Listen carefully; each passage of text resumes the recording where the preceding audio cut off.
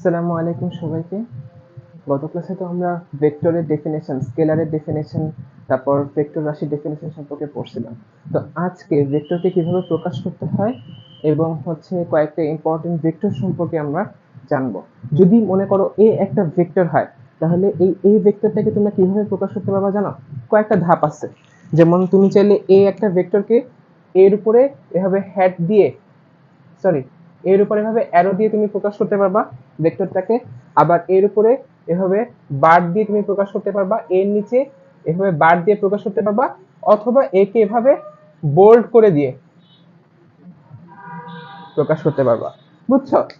আবার যদি বি একটা ভেক্টর হয়, ঠিক সেম ভাবে বির উপর এভাবে অ্যারো চিহ্ন দিয়ে প্রকাশ করতে পারো, বির উপর এভাবে বার চিহ্ন দিয়ে প্রকাশ করতে পারো, বি নিচে বার দিয়ে প্রকাশ করতে পারো, বি কে বোল্ড করে প্রকাশ করতে পারো। বেসিক্যালি চারটা ওয়েতে তোমার একটা ভেক্টরকে প্রকাশ করা যায়। ঠিক আছে? তো বুঝে গেছে কেমনে ভেক্টরকে প্রকাশ করতে হবে? তো বুঝতে পারছো হোপফুলি। আজকে আসো ভেক্টরের কিছু ইম্পর্টেন্ট টাইপস আমরা পড়বো। প্রথম টাইপসটা কি জানো? সমান ভেক্টর। হেডলাইন দাও, সমান ভেক্টর।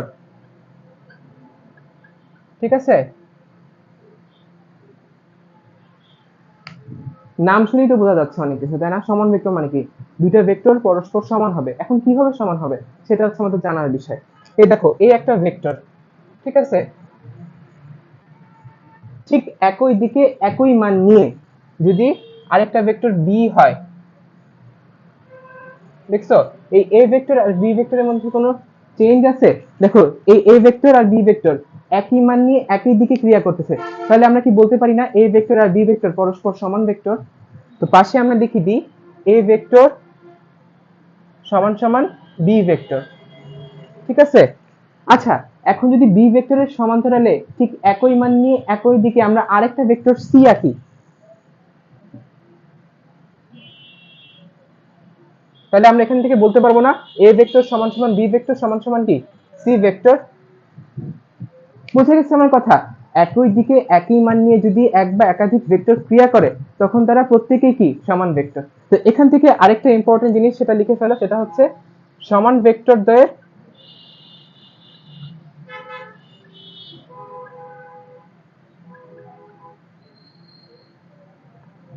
মধ্যবর্তী কোণ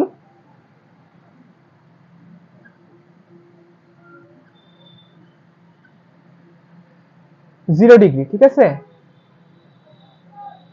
এখন ভাইয়া, মধ্যবর্তী কোণ কেমনে 0 ডিগ্রি হয়? ঠিক আছে, এটা তোমাদের জানার বিষয়। দেখো, সাধারণত আমরা মধ্যবর্তী কোণ কিভাবে ইন্ডিকেট করি? মনে করো এই একটা বাহু আছে, এই একটা বাহু আছে, ঠিক আছে? তখন তাদের মধ্যবর্তী অ্যাঙ্গেল কত? এটা না? এইভাবেই তো আমরা বেসিক্যালি মধ্যবর্তী কোণ বের করি, তাই না? তো এখন একটা জিনিস খেয়াল করো। এই দেখো, এই একটা ভেক্টর এই দিকে ক্রিয়া করতেছে, ঠিক আছে?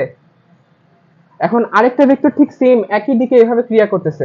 তখন কি তাদের মধ্যবর্তী কোণ বলে কিছু আছে? মধ্যবর্তী কোণ যদি না থাকে, তাহলে তাদের মধ্যবর্তী কোণ কি 0 ডিগ্রি। আমার কথা বুঝতে পারছো? ক্লিয়ার হয়েছে আমার কথা? এগুলো একটু তুলে ফেলো, এই নোটটা পাশে দিয়ে লিখে রেখো যে সমান ভেক্টরদের মধ্যবর্তী কোণ কি 0 ডিগ্রি। ঠিক আছে? এখন আমরা পড়বো বিপরীত ভেক্টর। হেডলাইন দাও, বিপরীত ভেক্টর।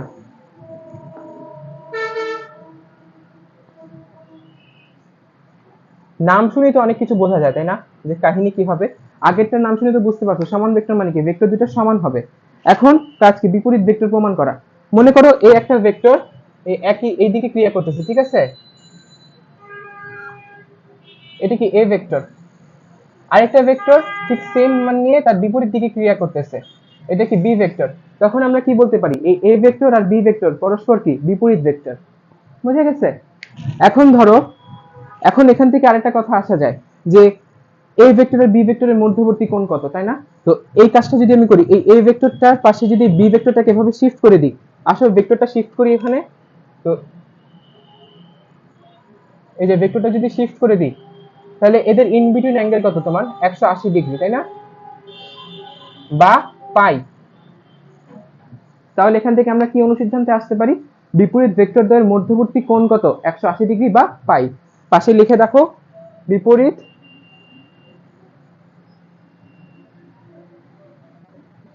Vector দ্বয়ের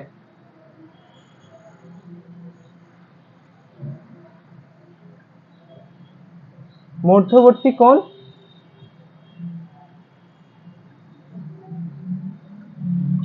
180 degree. ঠিক আছে, বোঝা গেছে এখান থেকে আমার কথা? সমান ভেক্টর বিপরীত ভেক্টর তো বুঝতে পারছো তাই না? এখন আসো আরেকটা ইম্পর্টেন্ট আরেকটা ইম্পর্টেন্ট ভেক্টর, সেটা হচ্ছে অবস্থান ভেক্টর। ঠিক আছে, হেডলাইন দাও, অবস্থান ভেক্টর।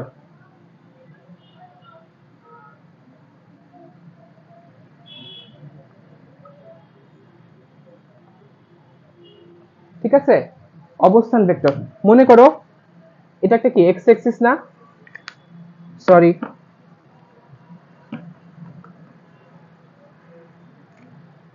এটা আমাদের এক্স অ্যাক্সিস। ঠিক আছে, এটা আমাদের কি ওয়াই অ্যাক্সিস।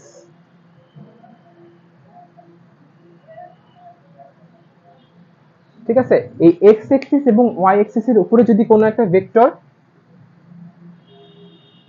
এ হয়, ঠিক আছে, তখন এই যে মূল বিন্দুর সাপেক্ষে এই ও এর সাপেক্ষে এই ভেক্টরটা কি ও এ ভেক্টর। ঠিক আছে, তার মানে কি এখান থেকে কি বুঝতে পারতেছো, যদি তোমার কোনো পার্টিকুলার কোনো কিছু দিয়ে দেয় যে এর সাপেক্ষে এ, তখন তাহলে কি ওই মূল বিন্দুটার সাপেক্ষে ওইটা হবে কি তার অবস্থান ভেক্টর।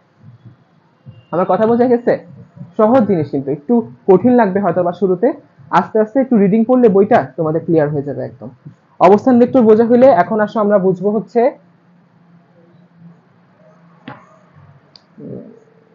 একক ভেক্টর। মার্কারের অবস্থা খারাপ হয়ে গেছে ক্লাস নিতে নিতে।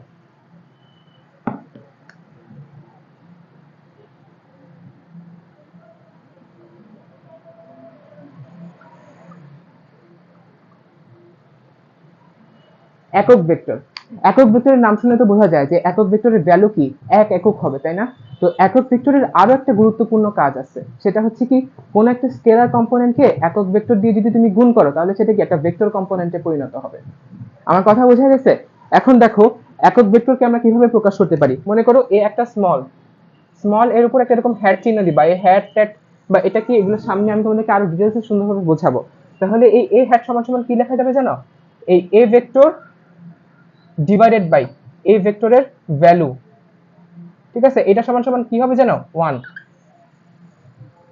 বোঝা গেছে আমার কথা? তাহলে এখান থেকে যদি আমি এই দুটো রেশিও নিয়ে কাজ করি, তো এই দুটো রেশিও নিয়ে কাজ করে যদি আমি আর গুণন করে দিই, তাহলে এখান থেকে এ ভেক্টর সমান সমান আমি কি বলতে পারি বলো? স্মল এ হ্যাটের উপর ইনটু এ ভেক্টরের ভ্যালু, তাই না? ভ্যালু মানে কি বার চিহ্ন দিয়ে মূলত ভ্যালুটাকে প্রকাশ করে, এবং এই পুরা মানে এই পুরা ভ্যালুটা মান কত হবে? এক একক। আমার কথা বোঝা গেছে? তার মানে কি একক ভেক্টরের কাজ বেসিক্যালি দুইটা। একক ভেক্টর মূলত এটার ভ্যালু যে এক সেটা প্রমাণ করে, আর একক ভেক্টর একটা স্কেলার কম্পোনেন্টকে একটা ভেক্টর কম্পোনেন্টে রূপান্তরিত করে। তো আজকের ক্লাস এতটুকু পর্যন্তই, আগামী ক্লাসে আবার তোমাদের সাথে দেখা হচ্ছে আমার। ততক্ষণ ভালো থেকো, সুস্থ থেকো, আল্লাহ হাফেজ।